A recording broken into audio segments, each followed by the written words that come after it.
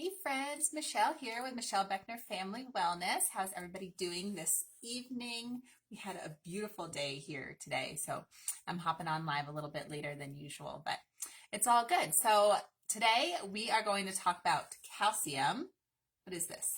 And getting enough calcium without dairy. It's something that I get asked quite a bit. And I have some really good questions in here to talk about. So let's just dive right in. So first I want to start with let's talk about recommended daily allowances, RDAs of calcium. Okay.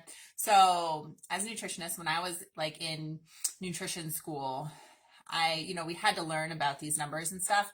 But the way I like to think about nutrition, because it can be so easily overcomplicated, I don't like to worry about the numbers, but I have a reason why I'm going to talk about them, and it'll make sense in a second. But what's really important, right, is just making sure you're eating a variety of real, whole, colorful foods, right? So my point in saying the RDAs, the recommended daily allowances, is not that we need to like be counting up every milligram of calcium we're eating or we're providing for our kids or anything. But it'll kind of make sense why I want to go into these numbers. So first of all, let's start with the recommended daily allowance of calcium for an adult is about 1,000 milligrams a day. For a child under, I'm skipping a few things. I'm just doing stuff that's relevant to you ladies in the group, I'm assuming. So for an adult, it's about 1,000 milligrams a day. For a child under 3, it is, I have my notes here, it is 700 milligrams a day. And for a baby, like under, what did I say? Under 1. Under 1 years old, it's about only 200 to 300 milligrams a day. Okay. But that really is all based on the fact that assuming we are getting our dairy or our calcium from dairy products. Okay. That's where, so it's really quite interesting actually, if you look into where the government came up with a lot of these RDAs. Sometimes there's really no science backing it. Sometimes there is, but it's quite interesting. But this RDA, the 1,000 milligrams a day, comes off of the fact that calcium in dairy is only 30% bioavailable. So that means the, 300 milligrams of calcium that's in just a glass of regular old whole milk. You're only getting 30%. Your body can only use and absorb about 30% of that. Okay. So hopefully that makes sense. Only about 30% of the calcium that comes from dairy is actually bioavailable, can actually be used by your body. So really the RDA is based off of assuming we're getting most or all of our calcium from dairy products. If that's only 30% bioavailable, let's say we need 1,000 milligrams a day, but really we're only getting 30% of that. So maybe only 300 milligrams a day is all an adult needs.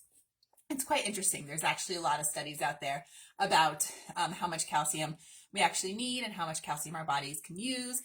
It's different in different countries, which is quite interesting because different countries eat different types of dairy products or different amounts of dairy products, which I was actually talking about. I think just last week we were talking about, what were we talking about?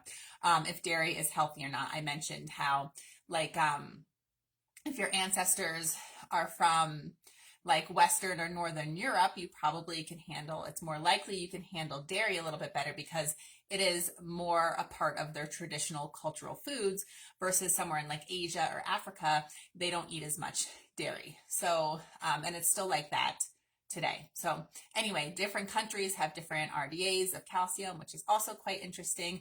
We're going to talk about the calcium paradox later on too, which is very interesting. But anyway, my point is for throwing out all these numbers at you is yes, if you just look up like how much calcium is in a glass of milk or an ounce of cheese or something like that, it seems like it's way more than all of the other foods. It seems obvious that it's the best source of calcium. But once you start taking into account the bioavailability of the calcium in these foods, dairy sources are actually not the best source of calcium because, like I said, they're only 30% bioavailable. Okay, so hopefully that makes sense. So where can we get our calcium, right? So the first thing, hopefully I've kind of eased your mind. It's really not a big deal if we're not getting our calcium from dairy because it's actually not quite the best source of calcium anyway. So what are some really good sources of calcium? I've got a lot I can list off for you guys. I will start with green leafy vegetables because they're kind of the best source of like everything, right? We should all be eating more and more green leafy vegetables. The numbers that I have here in my notes, I said that they're about 50% available, bioavailability of calcium. I'm sure from like kale versus spinach versus mustard greens versus beet greens or whatever, it's all a little bit different. But in general, from my notes, I have most green leafy vegetables are about 50% bioavailability. So yes, they'll have less calcium per serving, but it is more usable by your body, right? So green leafy vegetables are great, especially greens that are in the cabbage family. So other than cabbage, it'd be like broccoli, kale, Brussels sprouts. What else? Bok choy is a really, really great source of calcium. It is like an Asian cabbage. If you haven't had it, it's one of my favorite vegetables ever. I think it's delicious. It's very good. And it's fun to say. I remember being a kid, me and my brother would laugh and love saying bok choy when my mom made us bok choy for dinner. And now that's my daughter, my 6-year-old daughter. It's like her favorite thing. She's always like bok choy whenever we have her, whenever she thinks of it even. But anyway, bok choy is a really great source of calcium, and it's got quite a mild flavor. So what you can do, like if you don't like it, or if you want to start introducing it to your kids, or just want to get that extra boost of calcium without having to worry about how to prepare it, you can even just put bok choy leaves in a smoothie. And like I said, they're a very mild flavor. You wouldn't really even taste it. So that's a great source of calcium. I want to do a quick note on spinach. You may have heard that spinach is not a great source of calcium, even though it is quite high in calcium. It all depends on whether it is raw or cooked, which is quite interesting. And just another reason why it's really good to have just a lot of variety in our diets, between different types of foods, of course, but also like the way you prepare them, if they're cooked or raw, because raw spinach has some great benefits, but the calcium in raw spinach isn't as bioavailable. So because it has something called oxalic acid in it, which will inhibit the body's ability to absorb calcium. So if you want to eat spinach for calcium, then you'll want it to be cooked, because that breaks down the oxalic acid, and then you can absorb the calcium much better. So that's that on green leafy vegetables. Great source of calcium and all other minerals, which we'll talk about when we talk about like why we need calcium for strong, healthy bones and stuff like that. Some other great sources of calcium. I just took some notes here. You can Google, right, like non-dairy sources of calcium. You can Google the bioavailability of all these different things. But here's things that like my family and I eat, right? So they're more like kind of normal things, I guess. So other than greens and bok choy, oranges, tangerines, clementines, like whatever in that category, are a really great source of calcium. Not orange juice and not fortified orange juice. Stay away from fruit juices to begin with, because it's just liquid sugar. But we're not here to talk about that today. But fortified juices, even fortified plant-based milks, there are much better sources of calcium than something that's been fortified with calcium. So don't start drinking plant-based milks for the calcium because they've been fortified with calcium. Eat these like real whole foods that I'm talking about now for your calcium. And I've talked about this before with plant-based milks. We're not drinking plant-based milks for their nutrition, right? We're not drinking them for their protein. We're not drinking them for their calcium. We're not drinking them for their good source of healthy fats or vitamins or minerals or whatever. They're really not a great source of any sort of nutrition. Not to say that you need to avoid them or anything, but just don't feel like you need to have them or your baby needs to have them for nutrition. But that's another topic that we've talked about before. Some other great sources of calcium: beans, especially white beans, are quite high in calcium. Sesame seeds are an amazing source of calcium. So find a way to sprinkle them on whatever you can. Get a sesame seed bagel, like throw in those sesame seeds wherever you think about it. Add them to your homemade granola. Another really great way to get a lot of sesame seeds in your diet is tahini. If you haven't had it before, it's basically like peanut butter, like a nut butter, except made with sesame seeds. So it's creamy and delicious. You can make really good dressings with it. It's actually in hummus too. So the chickpeas and the tahini and hummus are actually a pretty good source of calcium. So that's good stuff. Other nuts and seeds like almonds are a good source of calcium. Chia seeds, What else do I have? Quinoa, which is actually a seed. It's a good source of calcium. Oats are actually quite a good source of calcium as well.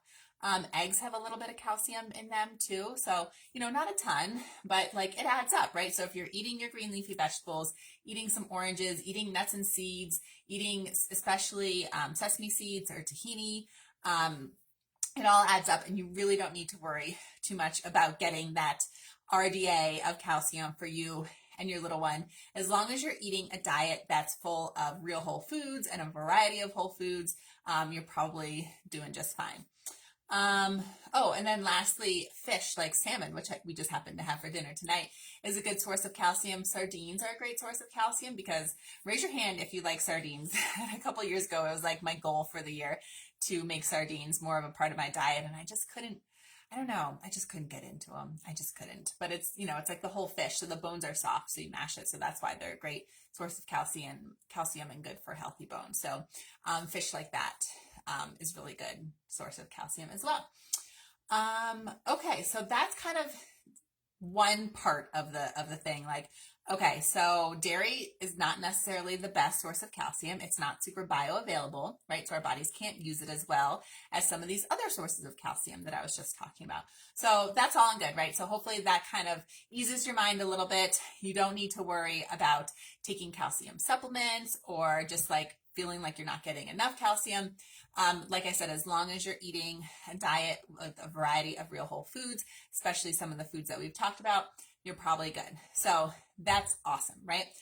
But I want to talk a little bit more about like how necessary is calcium, right? So we've all been taught, especially my generation, like the whole milk does the body good. And like, I don't know if you remember, I'm sure they still have them. There's like those chocolate calcium chews. I forget what they were called. My grandma would make me eat those whenever I stayed with her for the summer. I wish I could remember them. But calcium was like a big deal, right?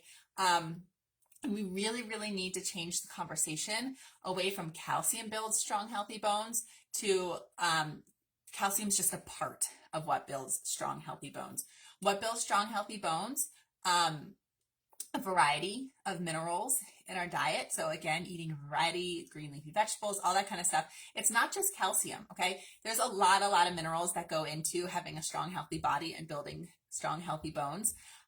Think of bone broth. Bone broth is great for a lot of things, but it's also great for building strong, healthy bones because you're cooking down bones, right? And all those good minerals and things that make up the bones of that animal, you're drinking them, and it's quite bioavailable. So we need to change the conversation from calcium is what we need for strong, healthy bones to minerals. We need the minerals, all of them, that build strong, healthy bones. And you know what else makes strong, healthy bones is exercise. So my grandma used to make me eat those chocolate calcium chews, which weren't like that bad. I actually probably didn't mind them too much as a young girl. She had osteoporosis, so that's why she was all about them. But she and my grandfather have like in retirement have become like total health nuts. My grandfather has had cancer, been treated for cancer several times. So he's all about like nutrition and how important it is and everything. But anyway, she had osteoporosis. So she was all about the calcium, right? Calcium supplements, like whatever kind of calcium she could get through cheeses or yogurts, cottage cheese. I remember she would eat a lot. But now she is the leader of, she's in her late 80s, I think, but she's like the leader of this exercise group because she knows now that strong, healthy bones are a lot about exercise and weight-bearing exercise, like picking up your kids, right? That counts as weight-bearing exercise. So you need to have, in order to have strong, healthy bones, you need calcium, but you also need other minerals, and you also need to exercise, and weight-bearing exercise specifically makes really good, strong, healthy bones. So we need to kind of shift the conversation between just needing calcium to like all of these factors that go into building strong, healthy bones. So I hope that makes sense a little bit. Okay, so I got a couple questions from Emily, all really, really great questions. Let me just take a sip of water real quick.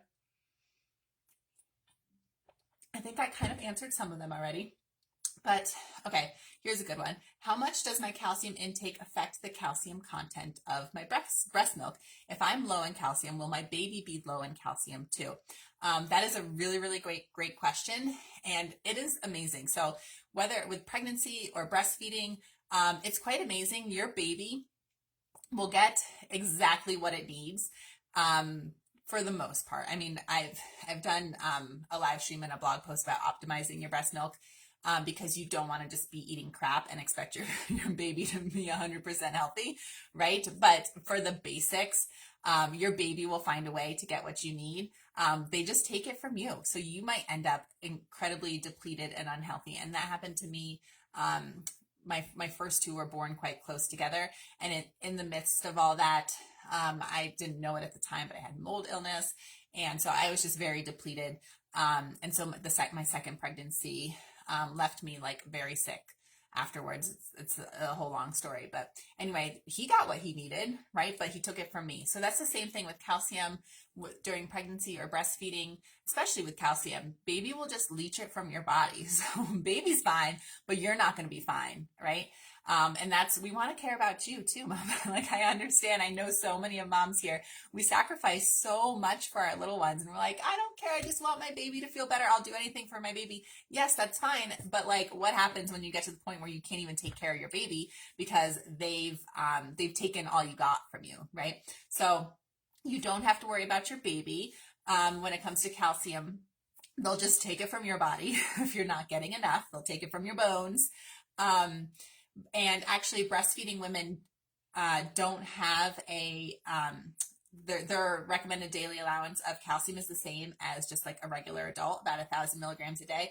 During pregnancy, they do recommend more calcium because you're building bones, right? Like, you're actually making them inside of you. But during breastfeeding, you don't necessarily need any more calcium. And if you're low in calcium, they'll take it from you. But that means you definitely need to get stuff figured out. And again, it's not just taking calcium supplements.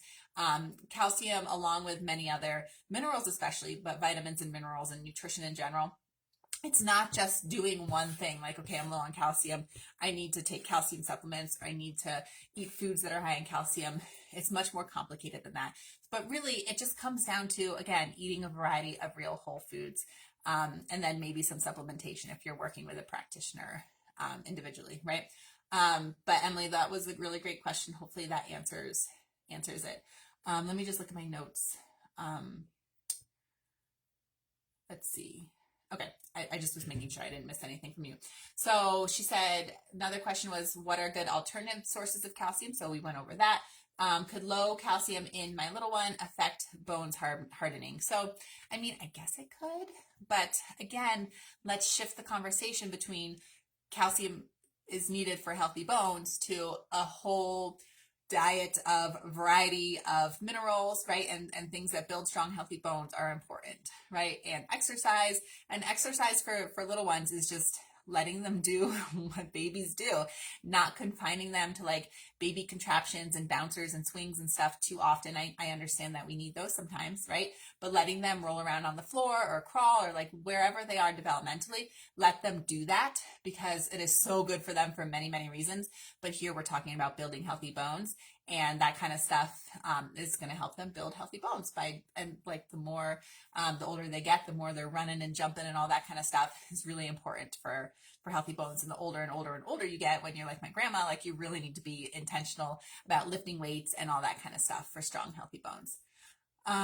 So yes, exercise plays a huge role in bone density and bone strength. Okay, yeah, let's end it with this. I meant to bring it up earlier, but I forgot. The calcium paradox. I did mention it. So look this up. I'm not going to go over it, but Google calcium paradox. It's quite interesting. There's actually a study, or multiple studies out there, that show that the amount of calcium actually has okay, let me make sure I'm saying this right. The more calcium you eat, according to this study, and it's like a multi-country study, the more calcium people ate, the higher chance they had of bone fracture. I think it was specifically for hip fractures, but did that make sense? So the more calcium they ate, the more bone fractures they had. So that is really, really quite interesting. You can look it up. But again, that is what we've been talking about. We need to shift the conversation between calcium is the one thing we need for healthy bones, because it's obviously not. We've seen that, right? We need to do this variety of things like exercise and eating all those kind of good minerals and a variety of food in our diet to build strong, healthy bones for us and our little ones. So no need to worry, mama. You don't need to take a calcium supplement unless a doctor not just says like take a calcium supplement because you're not eating dairy, but unless you've gotten like micronutrient testing done and you know for sure, and you're working with someone like a functional medicine doctor who understands how all these different vitamins and minerals play a role in your body. That's the only reason I would want you to be taking a calcium supplement. And still, I think that would be really quite rare, because that is just not the best way for our bodies to get calcium through supplementation. There's other supplements that can be great, but calcium's just not one of them. So hopefully that eases your mind a little bit. I will definitely turn this into a blog post so you can go back and I can reference some of the numbers and those studies that I talked about, and also put a list of foods that are good sources of calcium for you to refer to. So I hope you guys learned a lot. This is a big one, and it's one I get asked about a lot and one I haven't talked about in quite some time. So I'm glad I had a chance to talk about it with you ladies tonight, and have a great night. Bye.